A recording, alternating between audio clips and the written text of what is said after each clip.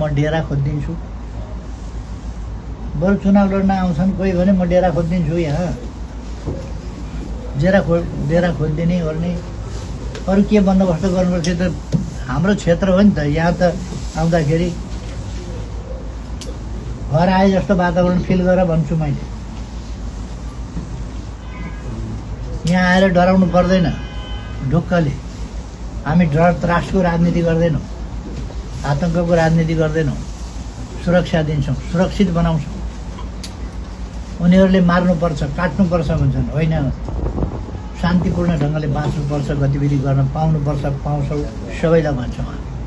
त्यसकारण कोही आउँछन्, रहर गर्छन्, लड्न खोज्छन्।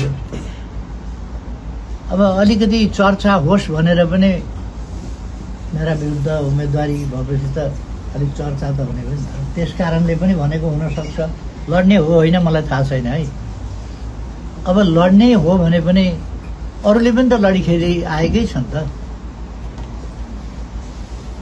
चुनाव लडिखेलेकै छन्, यहाँ पहिले पुगेकै छन्। त्यस कारण यस्तो कुरामा चाहिँ तपाईँहरूले केही सोचिरहनु पर्दैन।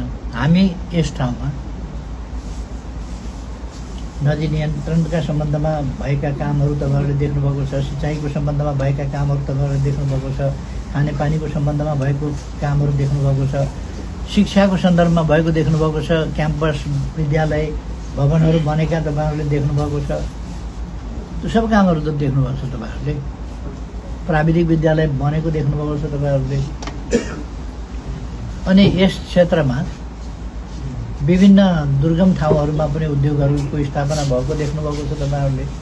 उद्यमी व्यवसायीहरूलाई, निजी क्षेत्रलाई पनि आग्रह गरेर यस ठाउँमा ल्याइएको छ, रोजगारी अवसरहरू सृजना गरिएको छ। र यहाँ एउटा विशाल औद्योगिक क्षेत्र हामीले खोल्न खोजेका र लाखौँ मान्छेले काम पाउने खालको स्थिति बनाएको, त्यसमा